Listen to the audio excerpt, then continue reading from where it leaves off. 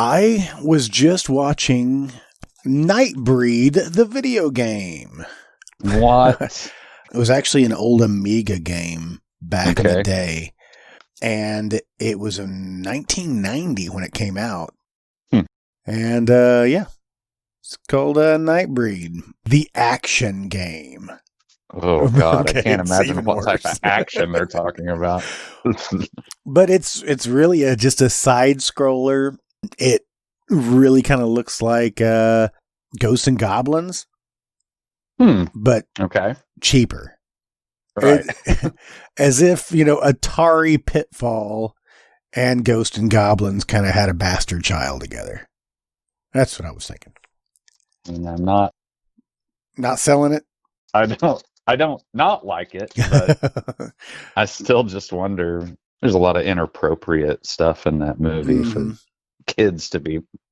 I don't think it's going to be represented here in the game whatsoever. Right. Yeah. Well, what if there was a Rawhead Rex video game? Yeah, I'd play it. Just run around eating children. It's just the whole game. Yeah. When you say it like that, it's probably a poor idea. Would it be like Rampage, except you just, eating children? Yeah. Oh, my God. All right. Now I'm selling it. Strike this from the podcast because this might actually go somewhere. So, you ready to kick this off? Yeah, sure. You all primed and ready? I'm as ready as as ready as you're gonna be. Mm-hmm. I just cracked open my first beer here. I've been waiting on you so I could enjoy this. So amazing self-control. Yes. I know. I've just been staring at it. Call Jason. And I really need a drink. Went into Jack Palance territory there for a second. So, as I mentioned to you earlier, now I just caught a brief moment of Atlantic City. Okay. Yeah, right. I drank my coffee while it was on this morning, and just relaxing a bit, getting ready to get my day started. And it's an interesting movie. I mean, I don't think I've ever seen it. If I have, it's only been bits and pieces. Susan Sarandon's really cute. And at a couple of points in the movie, she is slicing a lemon. Okay. And rubbing lemon juice on her body, on her arms, on her breasts. And it's really kind of sensual. And, yeah. I wish I'd never heard you say that word before. Sensual. Please. Actually, it was because she worked at an oyster bar at in Atlantic City, and she said it helped get rid of the smell. Oh my God. So, anyway. It's a strange situation. She's running around in the movie and sitting down to a dinner. And here comes Wallace Shawn coming in to pour wine. He doesn't have any lines that I don't know if they revisit him or not. Because like I said, I didn't finish the movie, but I saw Wallace Shawn. I'm like, holy shit. This was 1980. I mean, he still had, barely any hair, but it was, he was young. Yeah. And it was just kind of odd to see him like that. That is strange. Yeah. So why were you watching this? I forget. It just popped up? Yeah, it was just on Pluto TV. Oh, I see. It was on TV. So yeah, he was 37 when that film came out, and that was like his fourth movie role. So I guess he didn't get started until late because he's had Wallace Shawn has had 202 credits. Wow. Starting off with One Life to Live, 1968. I forget sometimes that soap operas were like the thing so far back that they were black and white, and then they changed it. I think of them as like 80s stuff, but they went back way farther. So Wallace Shawn was also in Manhattan. Okay. That's a Woody Allen film. Yeah, sure. All That Jazz, Starting Over. That's where he got his start. And in the 70s, really, 79 is when he really got cooking. So, yeah, interesting. Mm-hmm. And that is interesting. inconceivable. All right, so, hey, welcome to the Yarn Wall. Oh, time we, thank you. Kick this off. Yeah. I'm your host, Tim Kornman. And with me, as always, is... Jason Walker. There, oh, man. I thought you went somewhere. I was waiting for is. You're waiting for the is.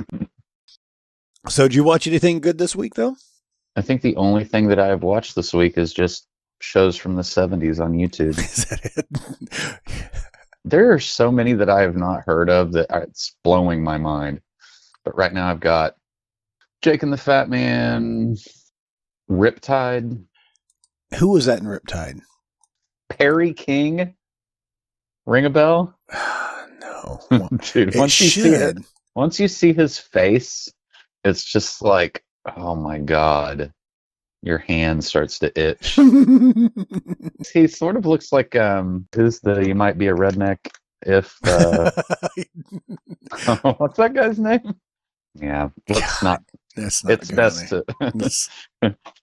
But anyway, the mustache is there, mm-hmm. And Joe Penny. You know who Joe Penny is? No. Oh my God. Let's look at Joe Penny here. I watched this when it was on too. With the fourth picture over, he doesn't have a shirt on. Oh. Well, yeah, he was Jake and the Fat Man, right? Like Joe Penny was Jake. Was he? Oh, wow. So is he like playing, is this like a crossover or something? Look, I can't even get into all of the ins and outs of Riptide circa 1986, but if you just quickly scroll through, that mustache is really irritating. No, Riptide was before Jake and the Fat Man. Man. Not the same character. Okay, good. Thank God. We cleared that up. I was asleep really tonight. thought we were going to get mired down in Riptide. You're going to get riptided. Yeah, there's a lot of people in and out of these shows that is just blows my mind when I see it. Wow. All right. Jake and the Fat Man. Right. Way to go. And he truly was fat. He was obese. Kind of dresses like Orson Welles? Well, I mean, they're both kind of looks like him. Big bearded men, but he's rotund. William Conrad. Yeah. And here on IMDb says his trademark is his gravelly, resonant voice and large girth. Ugh. They really nailed it. Those are the two things that I'm thinking. Also, he probably has cirrhosis of the liver because he does not look good. He died at the age of 74 of heart failure. Well, I probably, could have guessed what he died from, but that he lived that long is pretty impressive, actually. He was Cannon. That's what I was trying to think of. I knew that he had been a private investor. Frank Cannon. I don't know if I've ever seen that show. He was a narrator on Buck Rogers in the 25th Century.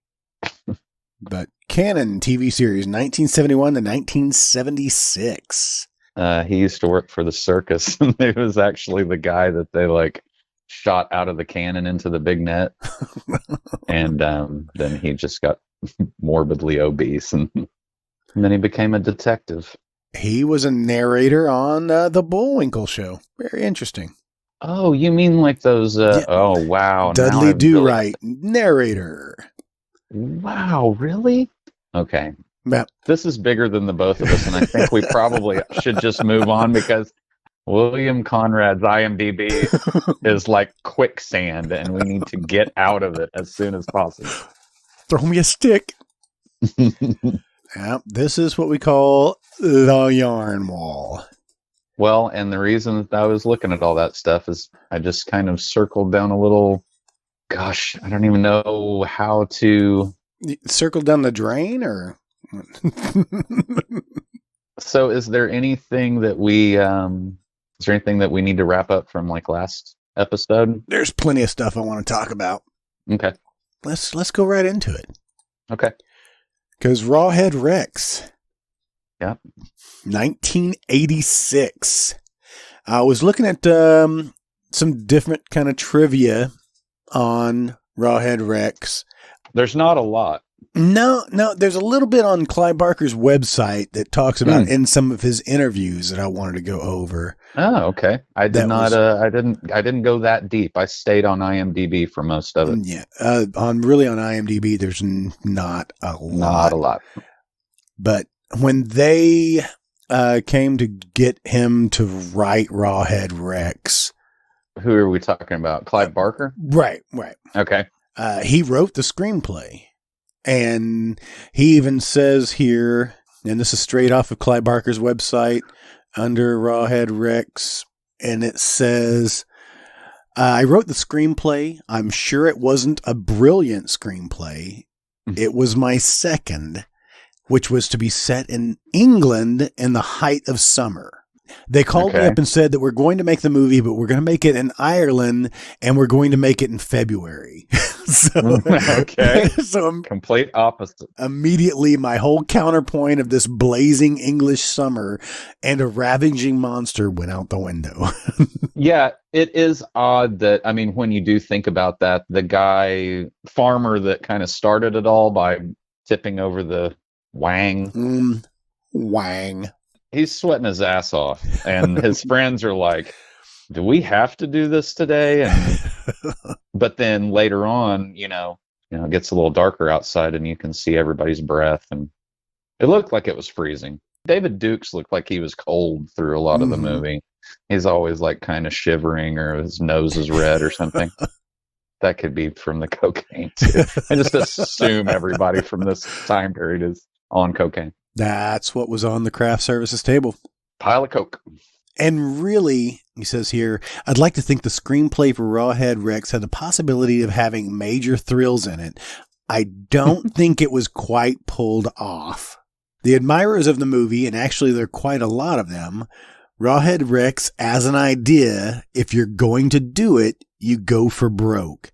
Yeah. You kill little children in it. That's what put you on the screen, because that's what's in the book. The whole thing should have been visceral. So that entire thing was a quote from Clive Barker? This is just him in an interview. So anyway, you've read the story. I have, yes. This is very true to the actual story. I mean, they kind of gloss over the importance of the symbology in it and stuff, like the pregnant woman, and I think they did a good enough job of it. And I'm going to read a little bit more of this, but was it really depicted as the monster as a phallus? It's a strange question. You didn't have a picture book. It wasn't a pop-up book? Well, no, but I think that I read the comic also. But I probably read this story, and it was just gory and gross and had a monster in it, and I loved it. And then I saw the movie, and I was like, I mean, there's a couple of scenes in this where the monster makeup, there is a guy in a big rubber suit, basically, is so comical, I mean, his eyes are glowing red, yes, and that looks awesome. And he's covered in blood, but the eyes are kind of crossed a little bit. So he sort of looks like somebody just knocked him on the back of the head. And it is just one of those big, sweaty, the guy inside there can't see very well. And so when I read the comic, the graphic novel, please, when I read that was to me a better depiction of what the monster actually looked like, because you get a lot of descriptions of him at the very beginning.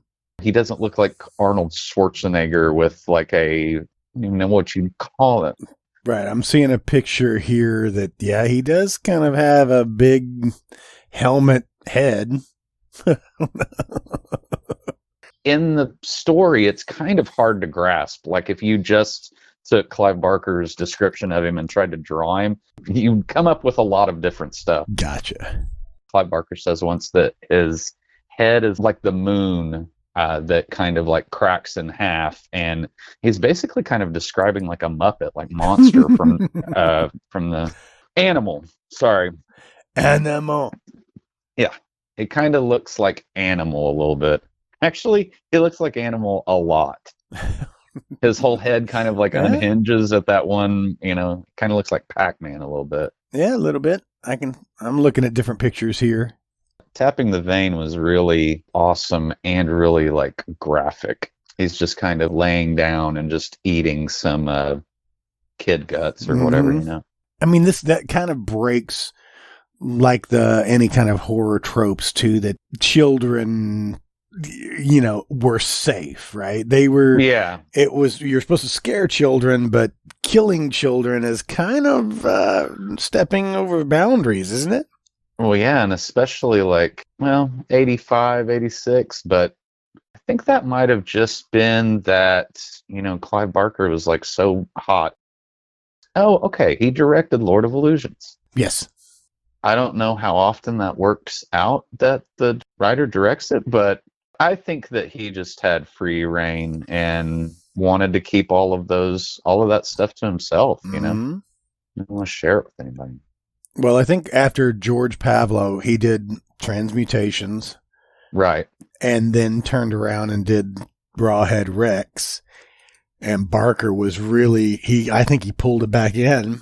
That's what I'm wondering, why he didn't want to. It must have just been, because this is when all of his stuff is coming out, I don't remember what year did Nightbreed was like 93, 94, right?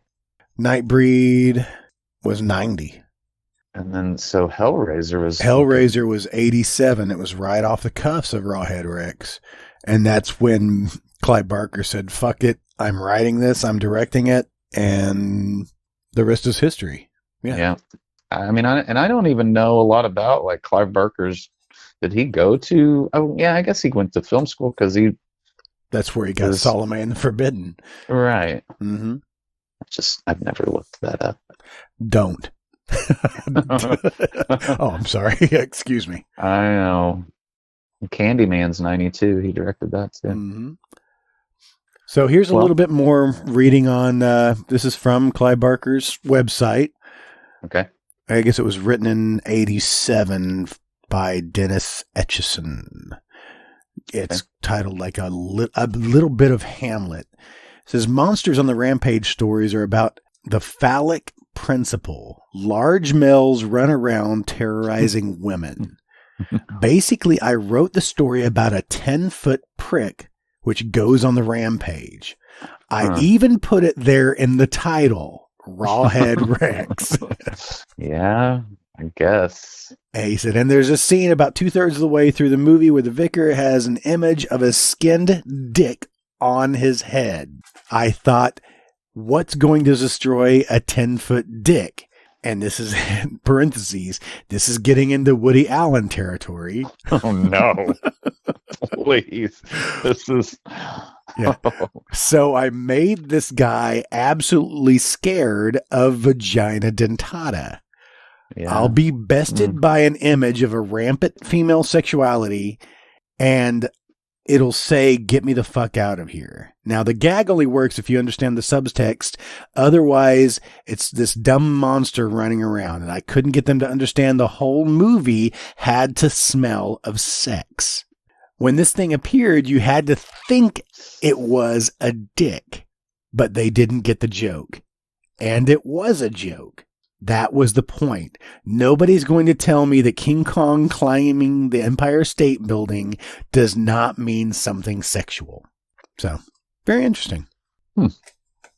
I drew this big dick, and they said it looks like a dark dick to us. And I said, you've got it. They thought more of Arnold Schwarzenegger, and I knew I was in trouble. They got this German ski instructor who is 6'3" with bigger pecs than Linda Evans. His tits overshadowed his navel. They got it completely wrong. I whined at them a little bit, and they said, get out of our face. If the camera had panned down after Rawhead like ate somebody or something, and he had skis on and just kind of like slalom back into the woods or something. And then stick a juicy fruit in his mouth? Yes. Yeah. Oh, that's awesome. Ski instructor. Yeah. Is that what it said? A ski instructor? That's, I guess that's this guy that what was his name? Heinrich Frugenstein. Heinrich. Heinrich von Schellendorf. Oh, man. But I will say that probably the scene that sticks out the most for me was when... Don't say sticks out when I'm talking about. Was when Rawhead Rex is pissing on the Declan. Yeah. It's my favorite scene of the entire movie. That is actually like pretty much word for word from the book, the main character's kind of hiding behind a tombstone and he's just witnessing this baptism by wee-wee. So, I mean, when you watched this when you were a kid. You don't know that I really understood what was going on with the peeing scene. But, yeah, by the time I saw this movie, I had read that story. So this came out in 86. Wow. So I was 10. And that's what I was into, I guess. Or just whatever horror movie. I can't believe, I saw it at the theater, so this movie seems to me like it might not have had like a widespread opening, but it must have because I saw it. Are you sure you saw it at the theater? I mean, there are times when I have to like really, was it just the first time, VHS view of this, or I could be wrong. Mate, I'm just curious. I for sure saw Hellraiser in the theater. Oh, yeah. I'm just curious about this. I could not find the budget for this movie was $1.5 million. Mm-hmm. Yeah. The whole thing's just filmed in that little town, isn't it? Yeah, just about, yeah. I guess what I was reading, too, that they ran out of money. They really, by the end, they were just grasping at shit. They blew all of the money on the suit. I mean, really, what goes on in that? I mean, yeah, actually, there's explosions and fucking... On the caravan of trailers, which I'm pretty sure those are probably for the actual actors to stay in while they were making this film, too. Sorry, we blew up your trailer last night. You can still go in there, but... Just look out for glass. Yeah, watch out for glass. So, I didn't see anything on, like, Box Office Mojo or anything like that showed me how much money this made at the box office. Yeah, I haven't seen that either. So, there is a silver lining because Kelly Piper... plays the wife. I was in Scarecrow and Mrs. King. So if there's a takeaway from this. Okay. It did say it hit wide in theaters April 17th, 1987. And I think we did talk about that it was from Empire Pictures, which means that that Charles Band had a hand in something here and some distribution. So that kind of goes into, I wanted to talk about an actress that's been in some Charles Band movies, I think. You think? Your deep dive? We're going straight into your deep dive? Yeah, sure. All right. But let me verify this real quick. Oh, man, there's so much. I swear I was looking up this person and... started opening up 70s and 80s TV show stuff, and now that's all it is. Lost. Freaking lost. You know what? I'm going to leave Scarecrow and Mrs. King up there. We might come back to that later. So, I don't know. I don't know much. Okay. I'm not real sure what started all of this. Not the podcast, but why I'm looking up this particular person. You don't know exactly. You just came upon this person and thought, who is this? Yeah. Again, this is like a, actress from the 70s and 80s. So literally everything is like that doesn't narrow it down at all. Starsky and Hutch, the Gumball Rally, Harry O, that type of. She was on Dallas. She was in Apocalypse Now. That's blowing my mind right now. That I'm only just now seeing Apocalypse Now. You've never seen that? No. I've seen the movie hundreds of times. Did not realize that is okay. Maybe not hundreds of times, but I did not realize that is her in the movie. Dukes of Hazzard. Okay, so now we're starting to get to the crux. Yeah, she was kind of a child star too. So okay. Colleen Camp. Yeah, you know who Colleen Camp is? Have we talked about her before? Colleen Camp was Police Academy. Yes. Yeah. Police Academy 2. Scrolling down, Colleen, shit, she's been in a ton of shit. I think her first acting credit is Battle for the Planet of the Apes. Yeah, I'm seeing and that. It says she's uncredited. Right. And she, if that was 73, then she was probably like 16 or 17, maybe, I think. But her first movie as an adult, I guess, is The Swinging Cheerleaders, directed by Jack Hill. Jack Hill also did Switchblade Sisters, okay. and I think he was a Roger Corman guy, you know? No, this isn't exactly what I wanted to hear from this. It reads, in order to write an expose on how cheerleading demeans women, a reporter for college newspaper infiltrates the cheerleading squad. Come on, that's not what I signed up for. I came here to see swinging cheerleaders. Yes. Which I think there is swinging. No? Is there? I don't know. 1974, was there a lot of swinging? I'm going to assume that is like a hotbed of swinging.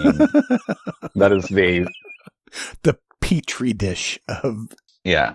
A lot of stuff going on. Okay. A lot of weird stuff going on and a lot of body hair. But yeah, so Swinging Sisters... Swinging Sisters, you said? Yeah. I'm sorry. Swinging Cheerleaders, Switchblade Sisters. Yeah. They're either cheerleaders or sisters or cousins or... And this is probably just one of the goofball comedies back in the day? Is that what it... Yeah. It's just kind of, low-level sleazy and just kind of a lot of girls just kind of jumping up and down probably. Mm-hmm. She was in Funny Lady. Yeah, I don't know what that... It's a TV show, right? This was a movie. It was Barbra Streisand, James Caan. Oh, well, I know that. I mean, I know that movie, but I just... But that was a sequel to Funny Girl, right? Oh, and then there's like Funny Grandma, and then Bad Grandpa. But I didn't know she was in Game of Death. Yeah, I've never seen that movie. No? This calls it Death Game, but I guess they... yeah, it's her and Sandra Locke. Look, two more up. Bruce Lee. Two more credits up is Game of Death. Oh, right. Oh, man. Now I feel like really out of my...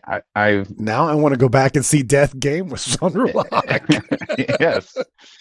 Yeah, it actually looks pretty cool. She's in the images on IMDb.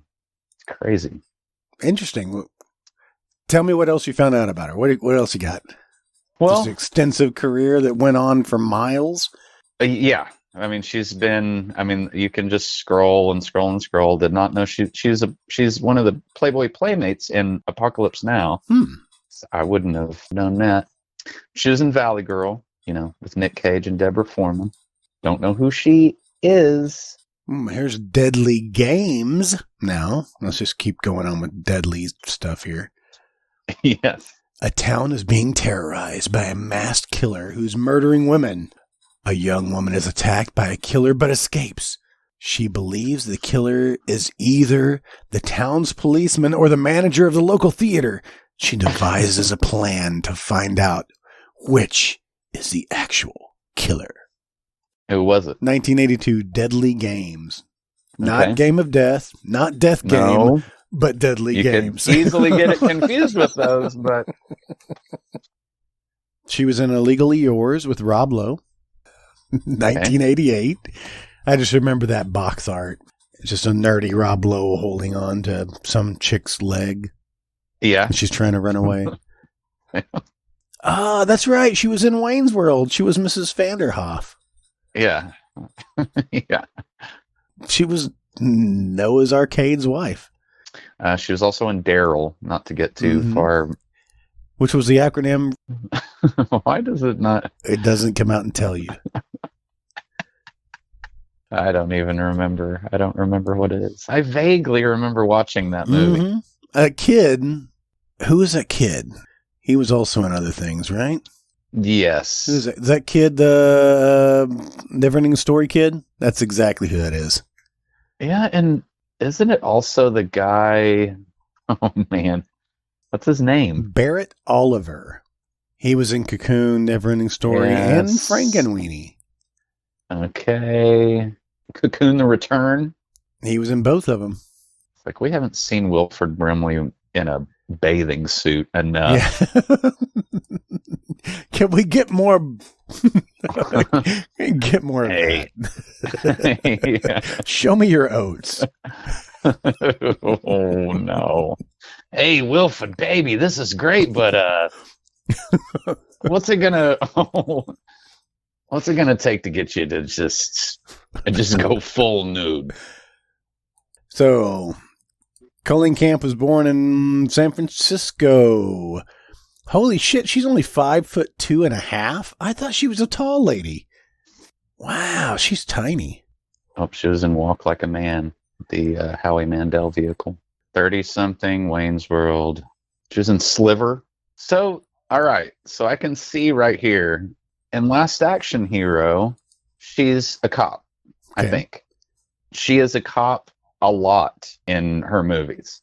I don't know why that is. When she was next to Tackleberry, weren't they a thing? Is that what it was? And they're married. Yeah. I thought she was, more like a Cynthia Rothrock or something. Yeah, a little taller like and tougher. She's 5'2.5". Yeah. She's basically like a hobbit. Yeah. Every picture that you see of her, they're doing that like forced perspective stuff. Mm-hmm. But interesting, she has 146 credits to her name.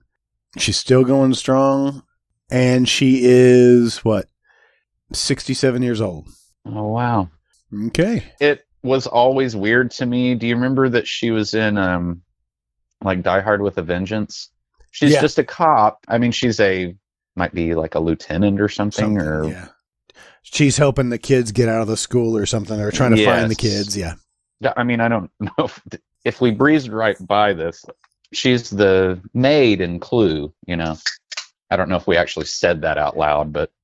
That's awesome. I was never a giant Clue fan. I was actually kind of like... I don't think I really enjoyed that movie until like later on in my 20s or something.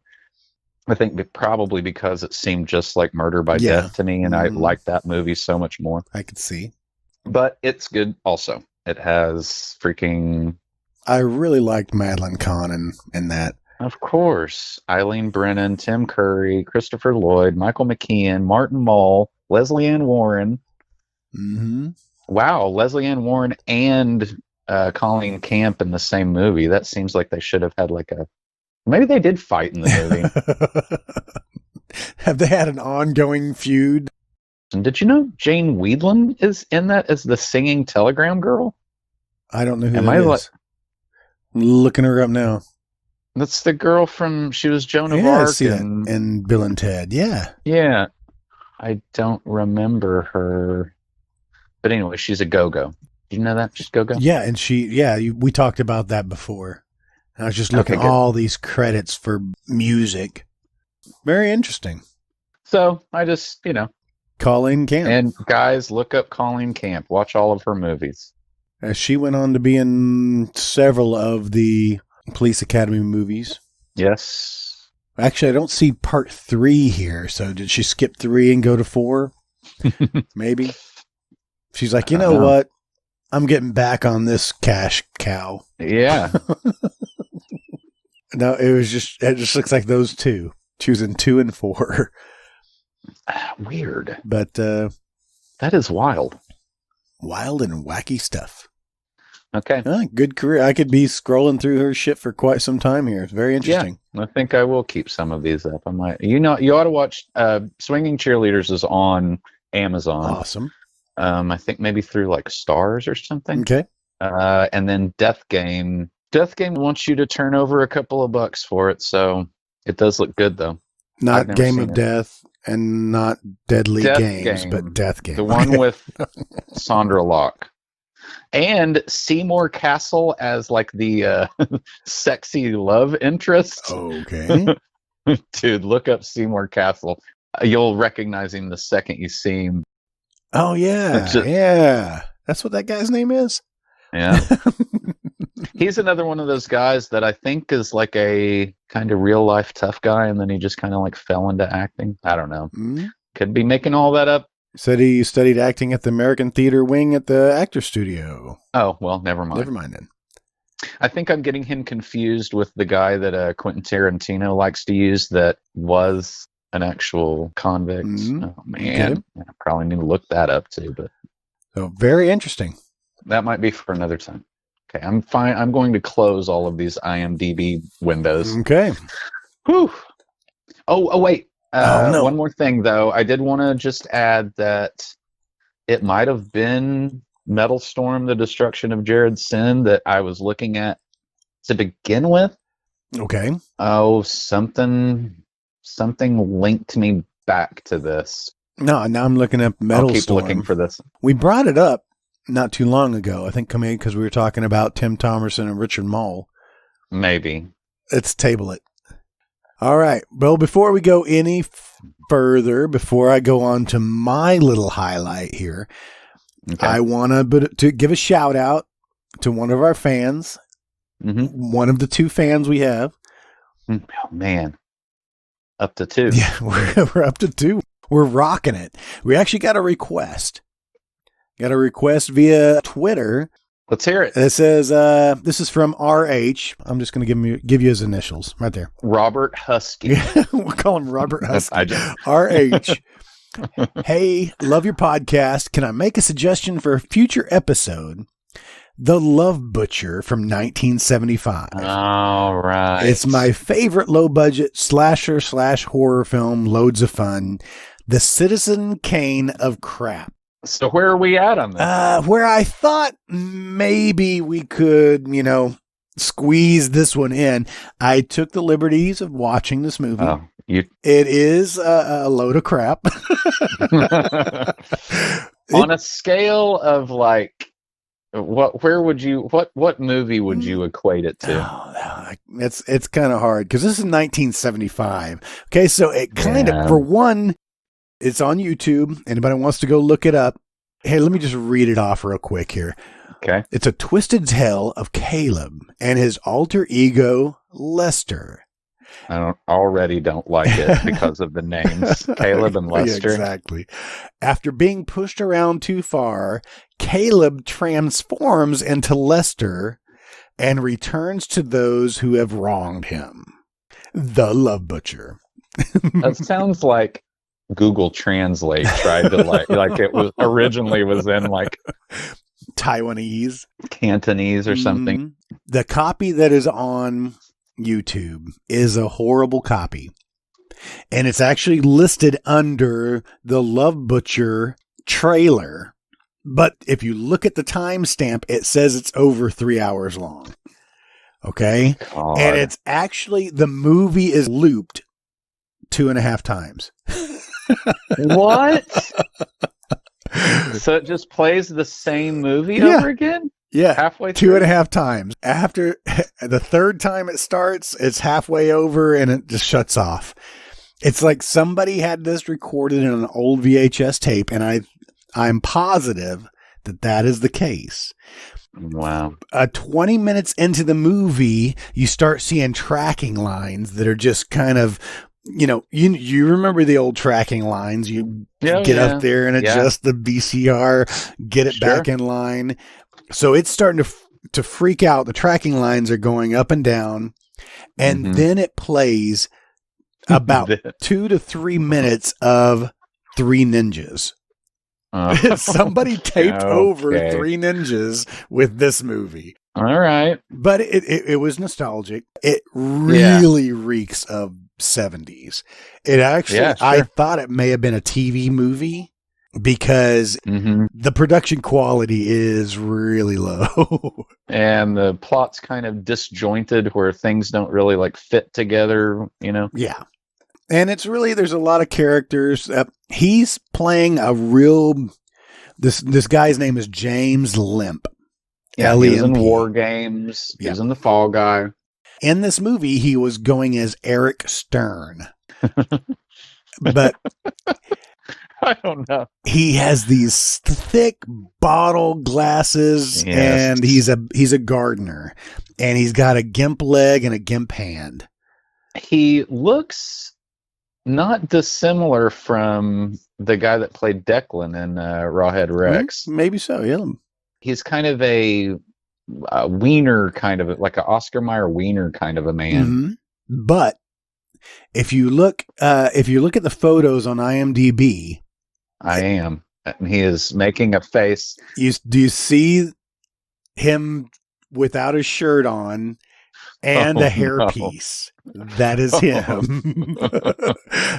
and that's really his good. Alter ego has this hairpiece. He has full-on conversations with this, which is supposedly his brother. Oh, man. It's like a mannequin wig head, you know, with a foam wig heads with the hairpiece on top of it, but it has like a coat around it. Full-on conversations. And one point of the film, it actually, the mannequin wig head has a cigarette hanging from his mouth. That's not safe. And it's cheap. It's cheesy. It has some interesting kills because it actually took the point, because he was a gardener. Oh, yeah. That he was killing people with different gardening tools. Seems like a gardener that is the perfect set of tools. You can easily switch from gardener to serial killer because there's things with spikes. There's things with really sharp edges. Mm-hmm. I mean, pruning shears. Yep. There's pruning shears. There's actually those weed whackers where just the blade on the end of a stick. Yes. That's one of them. Yeah. It occurs to me that those loppers, human fingers are close to the same size as like branches and stuff. But there is one point where he goes after somebody with some head shears, and it kind of makes me think of The Burning, you know? Oh, okay. Yeah. But the most notable death was when he dove into a pool with a hose to drown a girl that was swimming, holds her in the pool, but shoves the hose into her mouth to drown her when she's already in the pool. So he's going to save like 5 seconds? Maybe. What do you think they were trying to... That's just a dumb kill. Mm-hmm. Or is it just so much like it's so over the top? Like other serial killers would be like, oh my God. I should have thought of that. He's so avant-garde. He's drowning her in a pool. He's like making a comment on, like the environment or something. I don't know. One of the girls that he killed was named Robin Sherwood. There's a lot of nobodies in this film, but Robin was in several movies as The Love Butcher was her first, but she was in Tourist Trap. She was in Hero at Large. Oh, cool. She was in Blowout, and she was in Death Wish 2. So, okay. Kind of interesting. Yep, I am looking at her. Yeah. I wonder who she was in Tourist Trap. Now I'm going to have to watch that again. Mm-hmm. Well, I'm sure that might come back. That's one of your. I know that's one of your favorites. It's not our next movie. Okay. No spoilers there. Okay. But anyway, The Love Butcher, worth a look-see maybe if you enjoy 70s slasher films. This is before they really got I don't know. They really picked up steam in the 80s, of course, but early slasher film. Yeah, great. I will probably watch something else. I'm not going to lie. I will probably start Tourist Trap and kind of fast forward through a lot of it.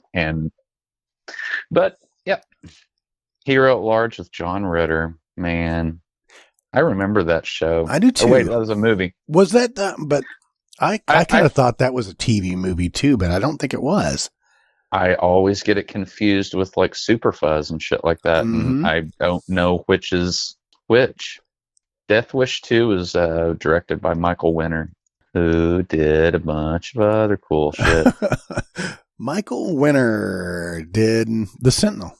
Yes. And he also directed the first Death Wish. Yep, he did. He did a lot of Charles Bronson. He did The Mechanic. And have you ever seen The Mechanic? Yeah. It's pretty good. You know, I don't know what it is. I guess it's probably that I have absolutely no attention span, but some of those old movies, like I just can't. I mean, not old movies, but like The Mechanic is pretty. Mechanic is 72. I mean, that was. Yeah. And it's like, you know, it takes a minute. I'm doing laundry while I'm watching like the beginning of it. Yeah. And also, I was going to talk about Jeffrey Byron. This is going way back, but like, no, I don't know who that is either. I think he's the main character in Metal Storm. I'm sorry, you really need to see that movie. I mean, just imagine like you've seen Mad Max 1 and 2 and 3 a billion times. Let's watch a slightly worse version of it, but it's got like bad like laser blasting and stuff like that. You know, just, to me it just seems like it's so much more fun than not that, I mean, you know, Mad Max is that's one of the greats. You know, it's the cream of the crop as far as post-apocalyptic movies, but every once in a while you just want to, you know, watch some crap and just. You want to look at the ugly younger sister. Yeah. Yeah. When I said yeah, I wasn't agreeing to what you said. I was just saying yeah. Ooh, man, got past one that could have gotten ugly.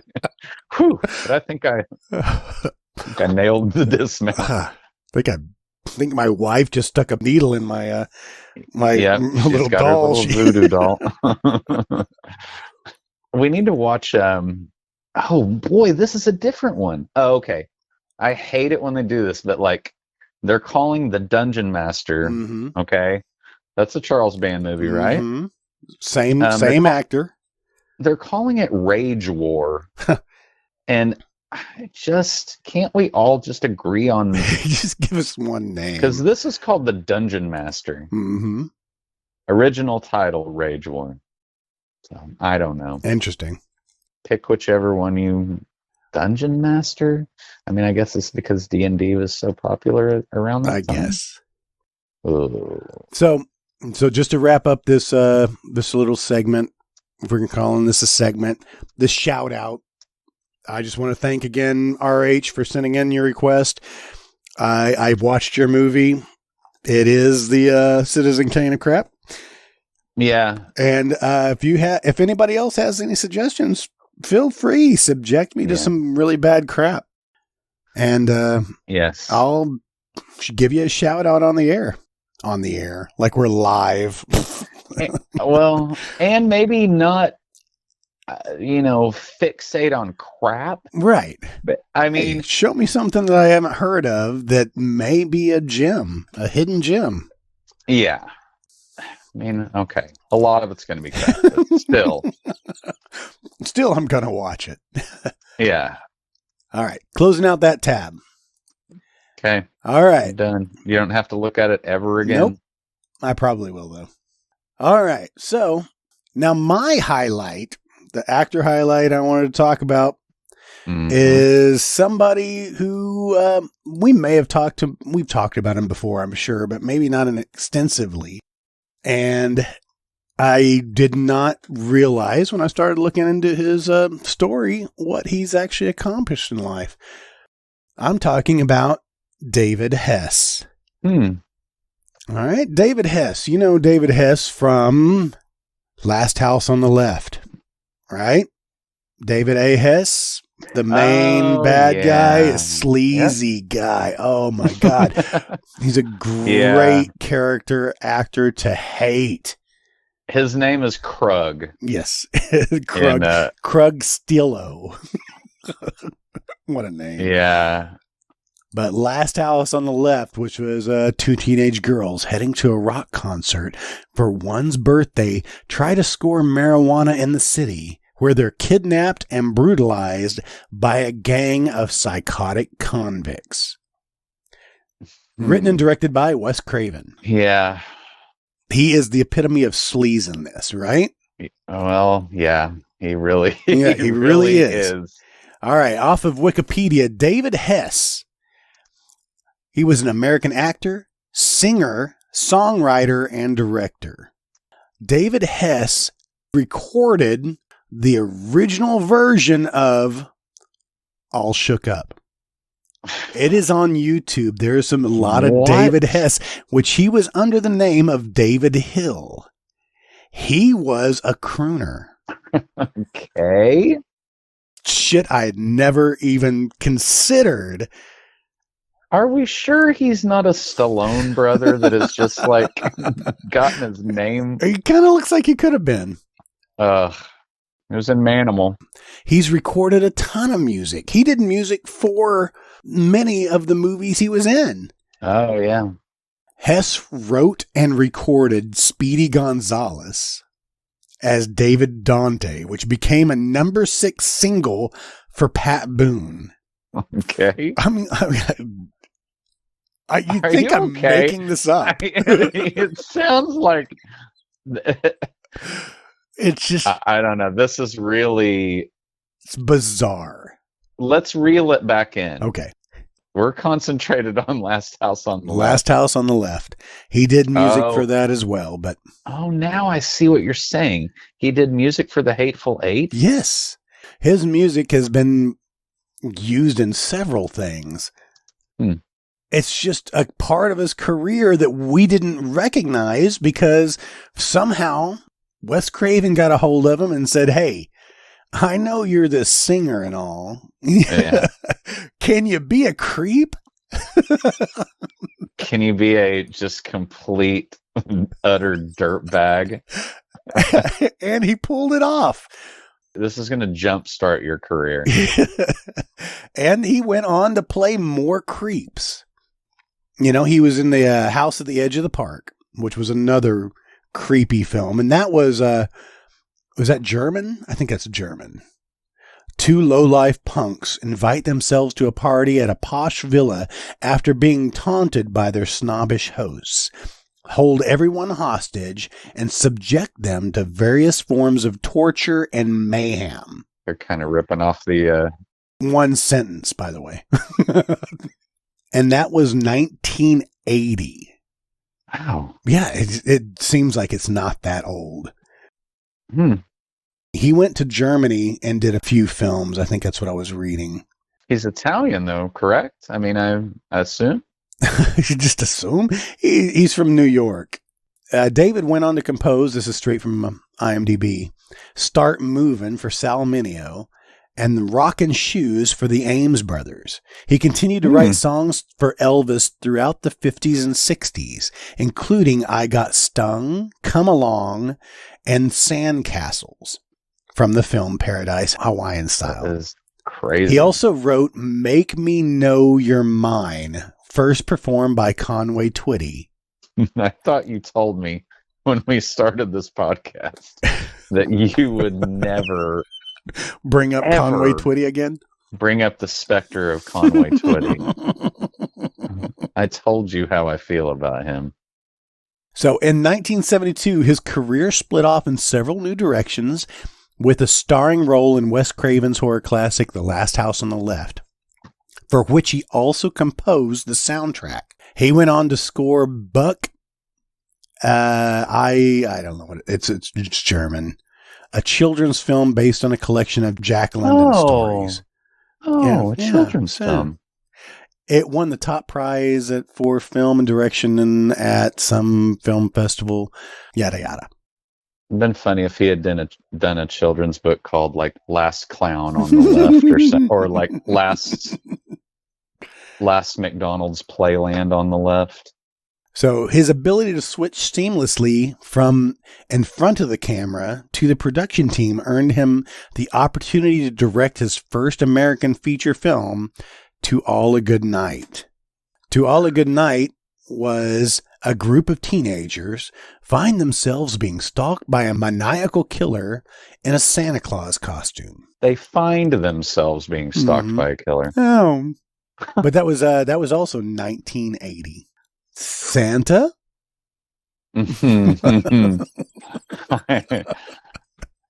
Santa's shirt is his silk shirt is open, and Santa's got a lot of body hair.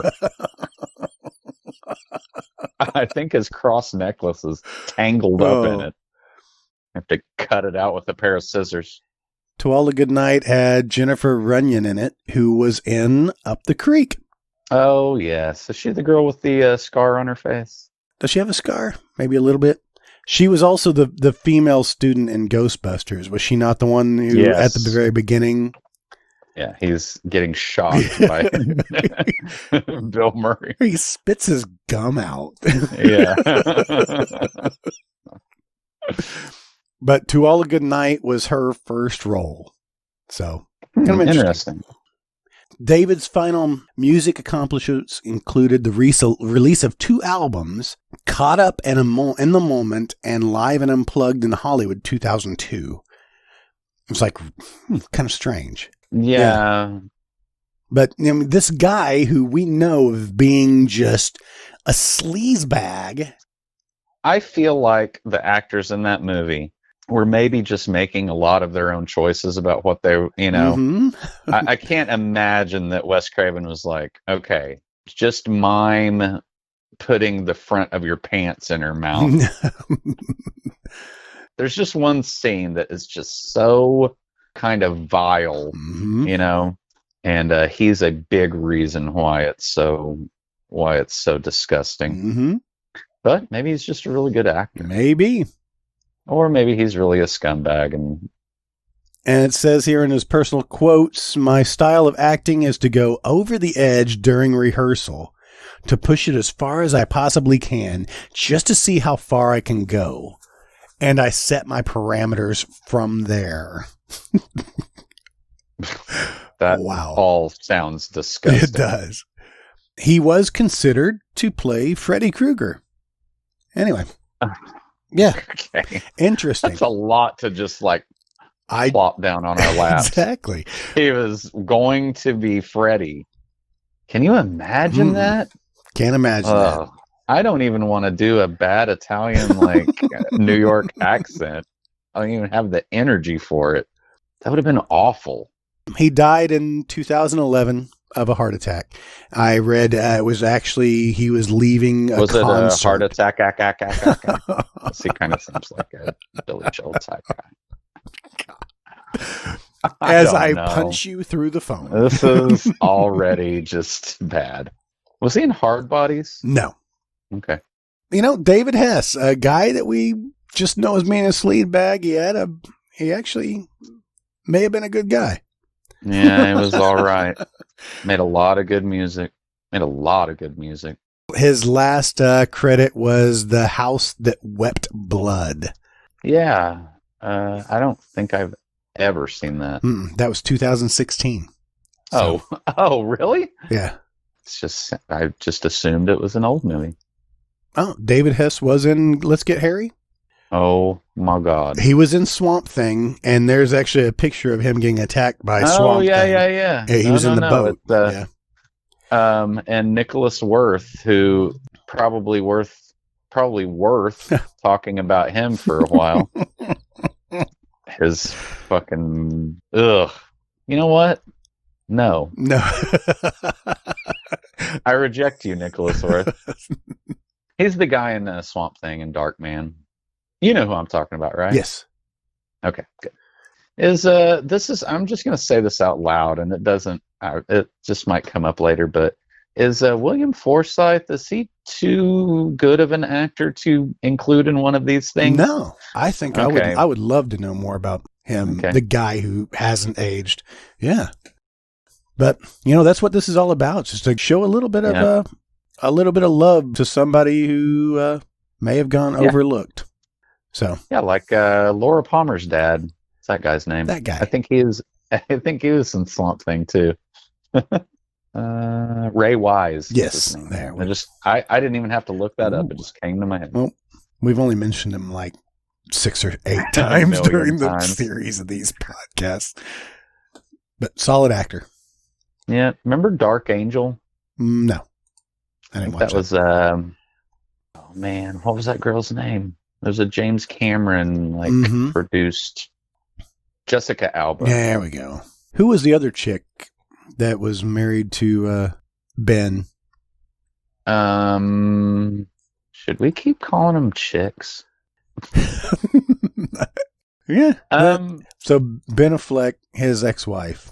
That's what I'm thinking about. What's her name? Oh, Jennifer Garner. Yeah, Jennifer Garner. She was Alias. Yeah, that's what it was. That's what I was trying to. I knew it was something where she was supposed to be a badass.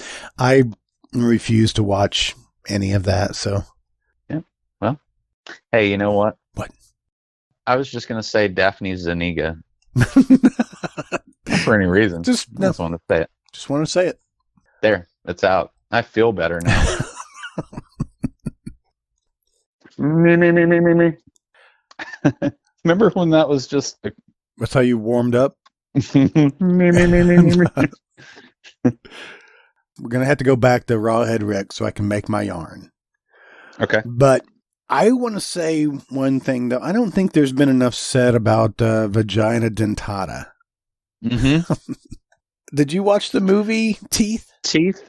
Yeah, sure. It's a good movie. It was well done. We'll say that. Yeah, I agree. I don't have much else to say about that. But I'm saying that doesn't come up very often. Is it a real thing? Can it be a real thing? I don't know. Let's see. I don't think I knew. I mean, I probably had heard that term, but I don't think until Teeth came out that I really understood what. I think you're right. I didn't know that was a thing. Off of Wikipedia here, let's go to our trusted source. Oh, it shows a spiked Venetian chastity belt. That's scary. Vagina dentata, Latin for tooth vagina. Thank you for breaking that down for me. Okay. Did not know. Describes a folktale in which a woman's vagina is said to contain teeth, with the associated implication of that sexual intercourse may result in injury, emasculation, or castration for the man involved. Ugh. All right. All that makes me think of is like when Grandpa loses his teeth in The Simpsons and they like end up in a turtle's mouth or something. I'm trying not to develop that phobia myself, just hearing that it's a thing. Didn't know it was a thing, and now I'm just... I'm reading a little bit more about dermoid cysts, and that's enough. That's all I want to know. Thank you. Thank you, Wikipedia. Thank you so much. Why are we talking about this? Oh, because of Rawhead Rex. Okay. So Rawhead Rex actually had some actors in it, you know? David Dukes. And David Dukes for one. But going back to Declan O'Brien, all right, Ronan Wilmot, he's kind of a creepy looking guy. Kind of looks like Phil Collins. Phil Collins and kind of like Richard Jenkins. Yeah. I mean, I've been looking at his face throughout this podcast. And he's just kind of one of those, like, he's got a really angry face and just no hair. But he was in a movie just after Rawhead Rex, and I remember seeing this at the video store, never watched it, called Eat the Peach. Okay. And it's just, it stood out because the title was in big, bold letters across the bottom of the box art. And, it was just one of those, it was like Eat the Peach, it's a comedy. Okay. Two young Irishmen are watching an old Elvis Presley movie in which a carnival cyclist performs an act called The Wall of Death. Transfixed, they decide to put together their own Wall of Death. That, to me, does not read Eat the Peach. No, that is insane. So, and actually on the box, it says you can dream about it or you can eat the peach. Is that a saying over there?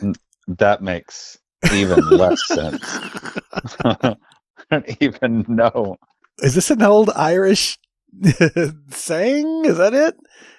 I don't know. Anyway, Niall Tobin, whatever the fuck his name is. He's also in Eat the Peach, and he was in Rawhead Rex as the Reverend Coot, the old Coot. Yes. Okay. Just found that kind of interesting that they went on to do other things together. I guess. I don't know. Well, this is Irish. It's Ireland. There's going to be some strange things. All right? Yeah. Niall Tobin, he was in Far and Away. Oh. He's Tom Cruise and Nicole Kidman. Yeah, it was a good movie. I've never seen that movie. You've never seen Far and Away? No. Huh. Far and Away.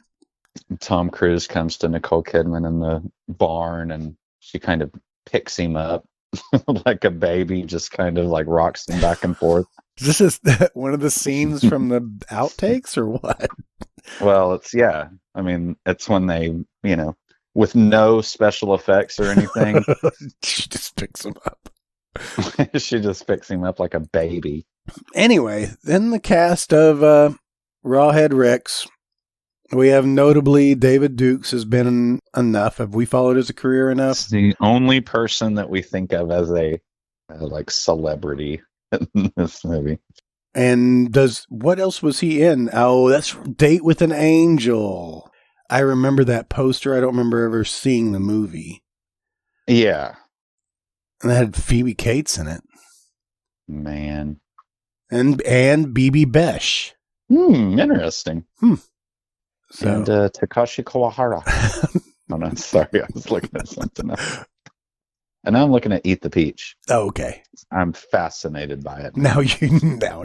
Must watch every possible. Oh, holy crap. I do remember this movie. I think I've seen it before. Yeah? Well, you go to the video store so often, it's like... You're like, I haven't seen this one. I'll grab this and street trash. I'll be happy. Yeah. I've watched FX so many goddamn times that I just can't tolerate anything else anymore. Oh, man, we got to do FX. Okay, no, we can't do FX. Mm-hmm. So David Dukes has 95 credits. His most recent was Rose Red TV miniseries. Mm-hmm. I've never seen that. I started watching it. I don't think I ever finished it just because there was one, there's always like one actor that'll turn you off. And every time you see him, it just like sticks nails in your face, and it's very bothersome. And I think it's this guy who I love now by the name of Matt Ross. Okay. Yeah, I think in the movie, he was a medium. Okay. And I just hated him. Yeah, I do know. I mean, now that I'm looking at his face, he has a very specific bone structure. But the reason why I really like him now is because of Silicon Valley. Yeah, I saw that. I've never seen that show. I love this show. I saw him with acupuncture needles all over his face. He's like the head of Yahoo or right. He's like a Jeff Bezos type guy, Right. And but he's just real quirky, and I dig the show. I think this is the last season. It just aired. I'm like episode 3 right now into it, but I love that show. So you have to check it out. He is very familiar to me, but I'm looking at his IMDb and I don't know where. You know him from something else? He was in American Psycho and Face Off, which I've seen both of those several times. Maybe that's what I'm thinking of. But I was going to dig a little deeper. Oh yeah, he's got a CSI face. Is that it? He should be a government agent. Maybe I just remember him from American Psycho. Maybe. He was in Pushing 10. He was in 12 Monkeys. Oh. He looks like kind of a Joshua type Secret Service guy that could like snap your neck or something. So interesting. Cool. Yeah. Wait a minute. Is that your guy? No, that's not my guy. Okay. No, I just saw him. Okay.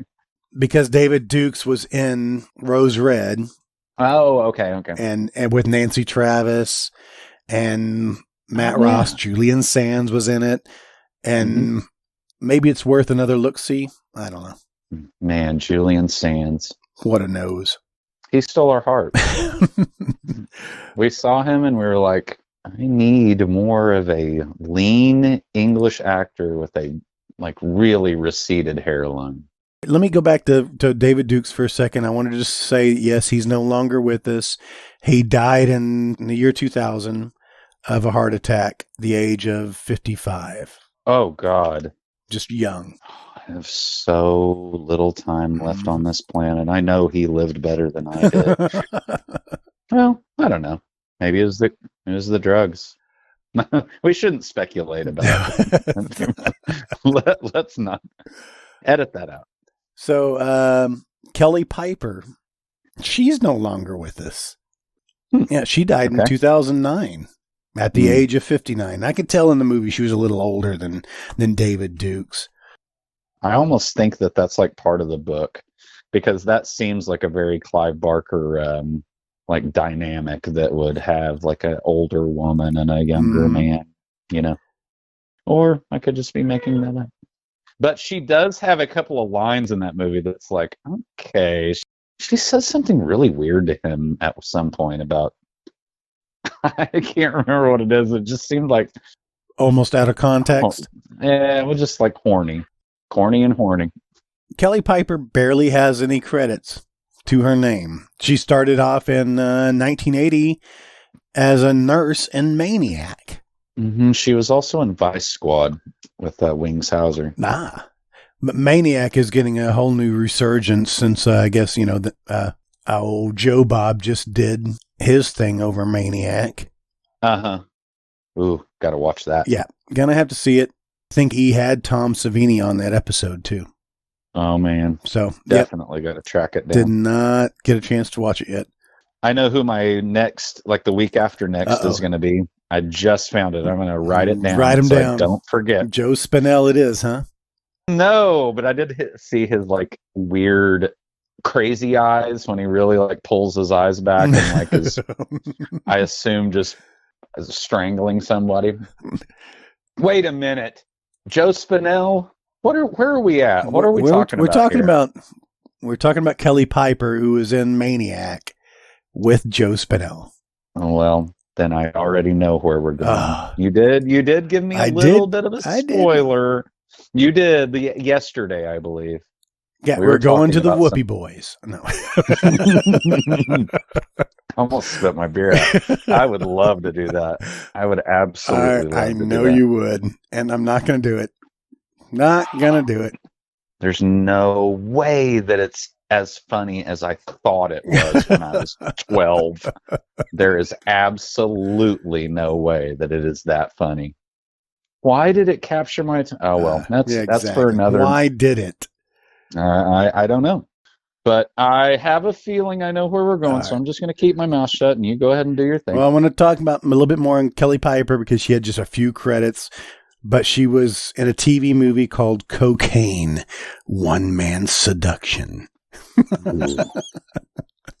83, man. With fucking Dennis Weaver. Meg Foster. McLeod. Meg Foster and Bill Paxton comes up so much. So does he. He played Bobo.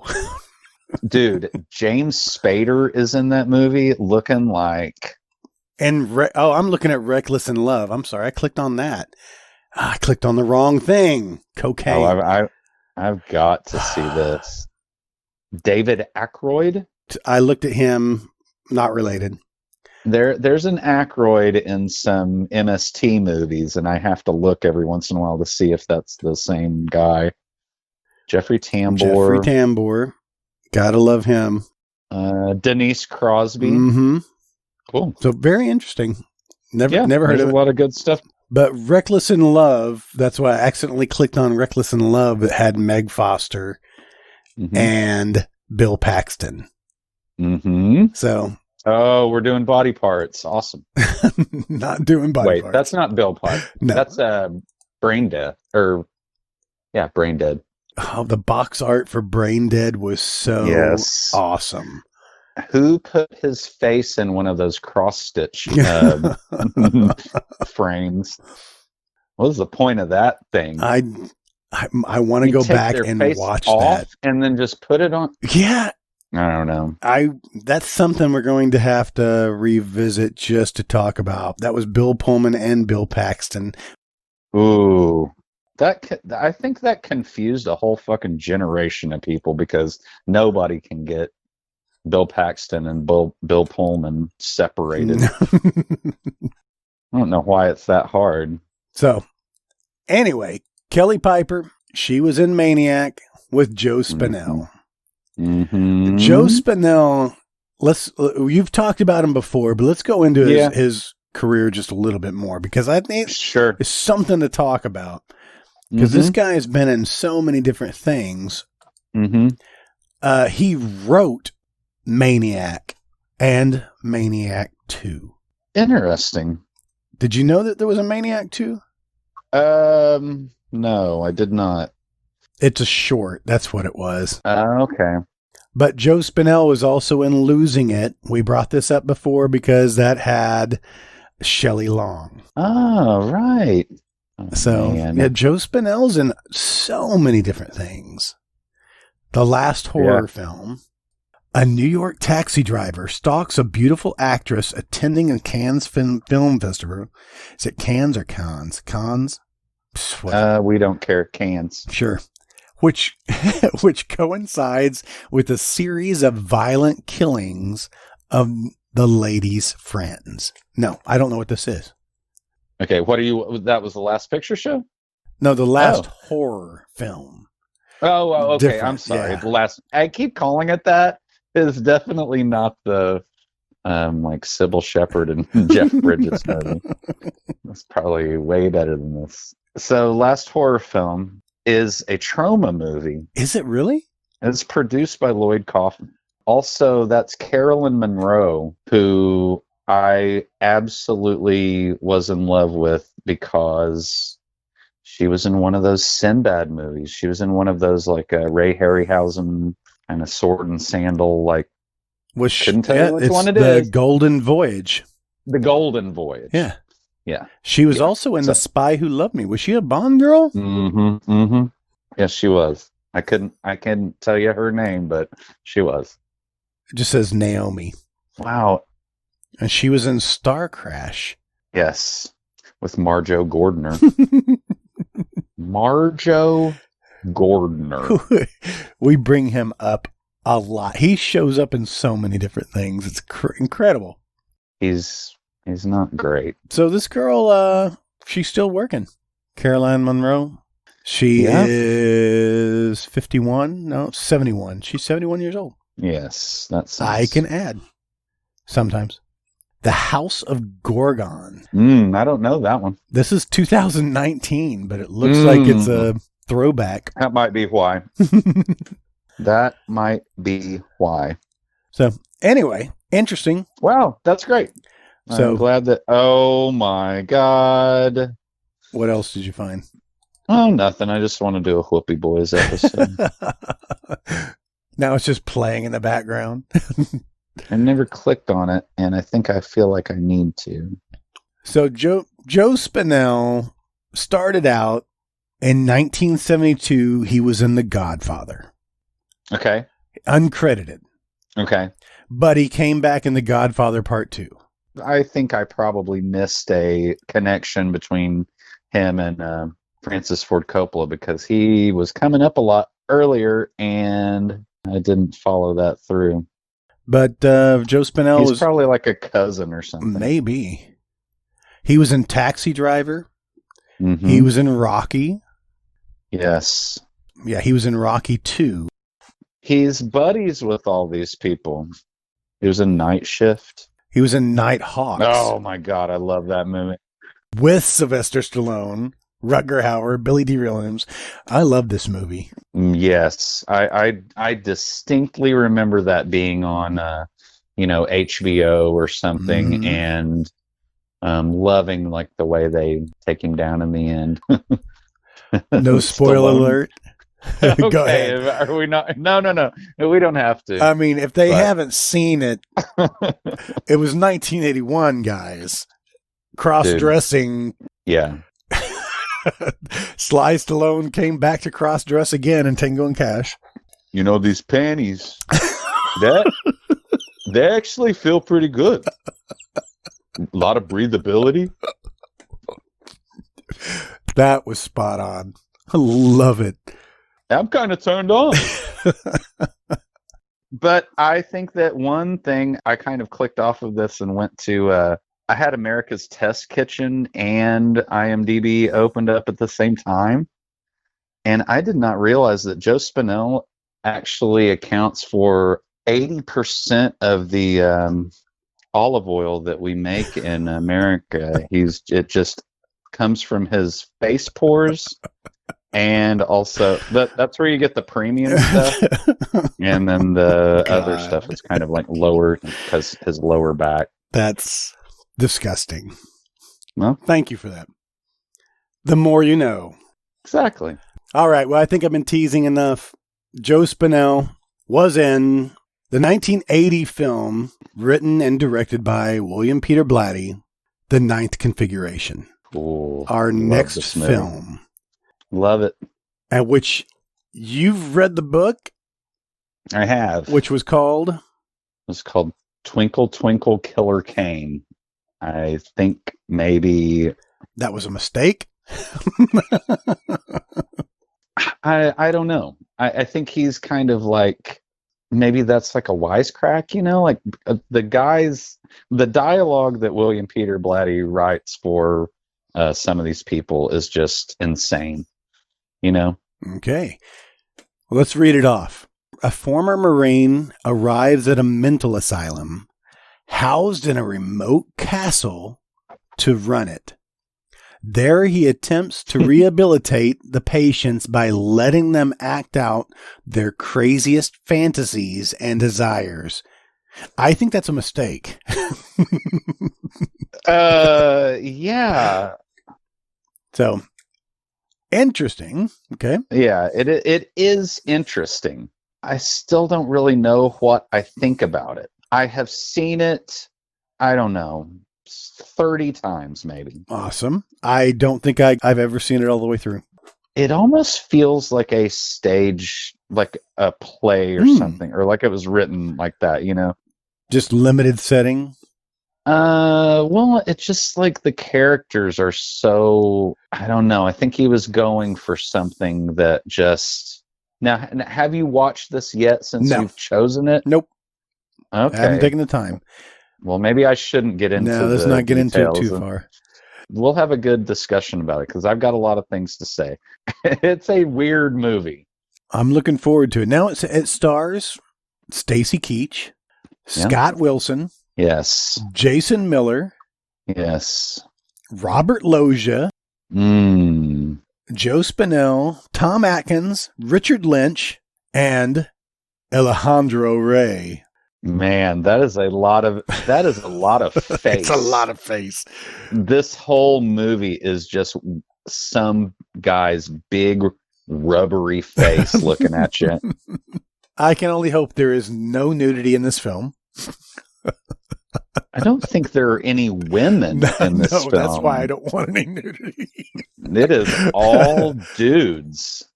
I think maybe Jason Miller was also like a stage actor, Mm-hmm. and which, I haven't seen any of that stuff. So all I have him in is Exorcist, Exorcist 3, and Ninth Configuration. Man. And I love him. I love his Exorcist is still, kind of on a level that a lot of other horror movies just, I mean, there's a reason why it is still just like the most terrifying thing ever. This is actually listed in IMDb as a comedy, drama, horror. Those are my 3 favorite, that's what I like. It's what Daddy likey. Let's just throw it all into one film. So it looks like William Peter Blatty had his paws all over this project. It has a 7.0 rating on IMDb. So maybe it's going to be a good thing.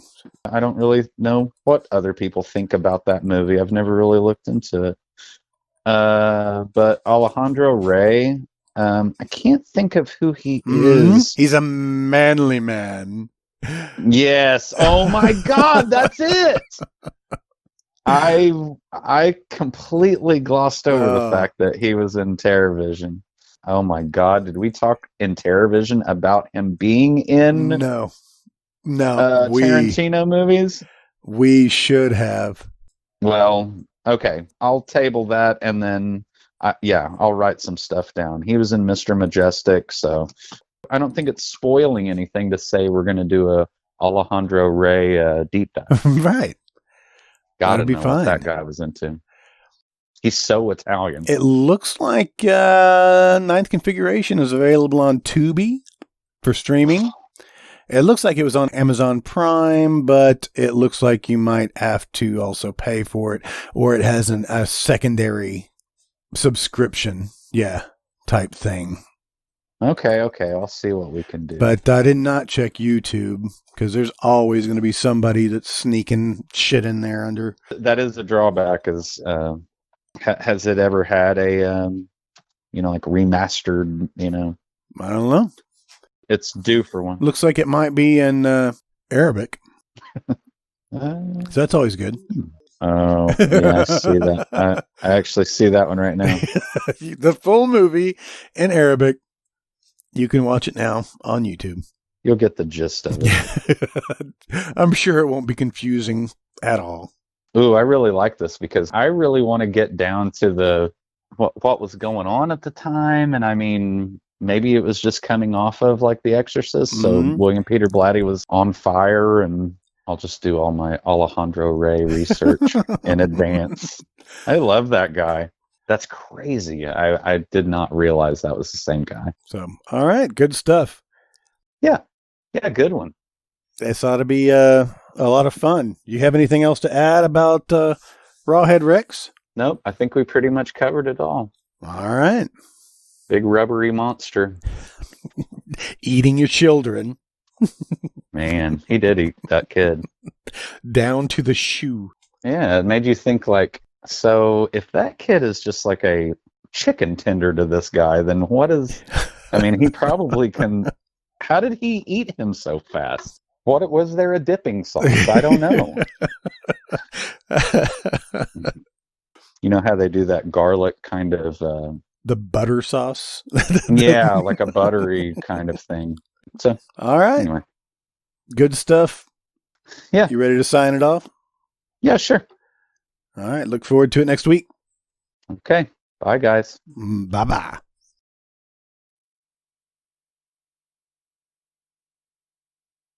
Baptism by wee wee.